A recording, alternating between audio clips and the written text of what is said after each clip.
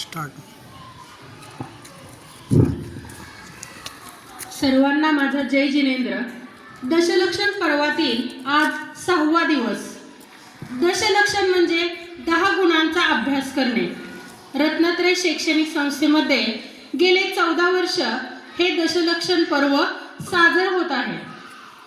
संस्थेचे संस्थापक अध्यक्ष आदरणीय अनंतलाल दादा दोशी, सचिव प्रमोद भैया दोशी, मार्गदर्शक वीरकुमार भैया दोशी व सर्व संचालक मंडळ यांच्या प्रेरणेतून शैक्षणिक वर्ष 2012 पासून हा दशलक्षण पर्वाचा प्रवास सुरू आहे आणि तो आजही अखंड चालू आहे.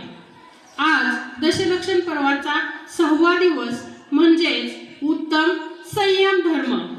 सर्वांनी हात जोडायचे. नमो अरिहंताणं, नमो सिद्धाणं, नमो आर्याणं, नमो उज्जायाणं, नमो लोहे सव्वसाहुणं, एसो पंच नमोकारो सव्व पावपनाशनं, मंगलानंचं सव्वेसी परमं हवै मंगलम. आजचा धर्म म्हणजे उत्तम संयम धर्म.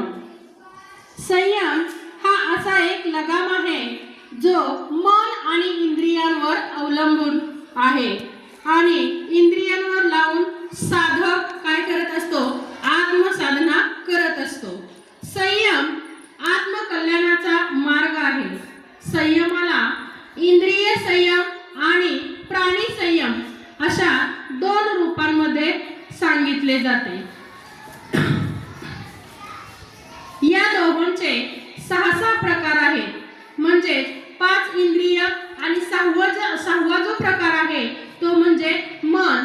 यावरती नियंत्रण ठेवणे म्हणजे 6 प्रकारचा इंद्रिय संयम होय. आपल्या हातून कोणत्या जीवाला कष्ट किंवा यातना होणार नाही याचे ध्यान ठेवणे म्हणजे प्राणी संयम होय. आत्म्यामध्ये असलेल्या अनंत शक्तीचा, शाश्वत शक्तीचा उपयोग आत्मकल्याणासाठी करण्यासाठी मन व इंद्रियांवर संयम ठेवायला हवा.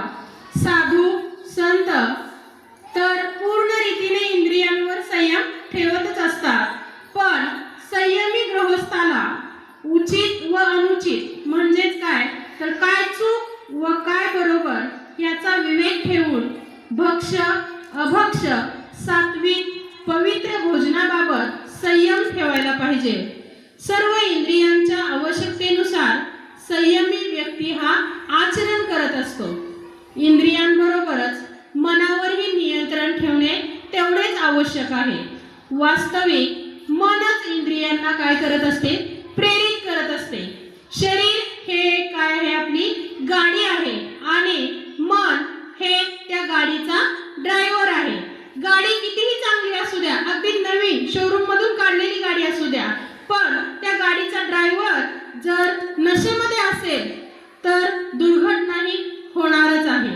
याचप्रमाणे शरीर कितीही संयत असेल तरी देखील आपल्या मनावर मोहाची नशा असेल तर अनर्थ हा होणारच. म्हणून आपल्या चंचल मनाला संयमित ठेवले पाहिजे.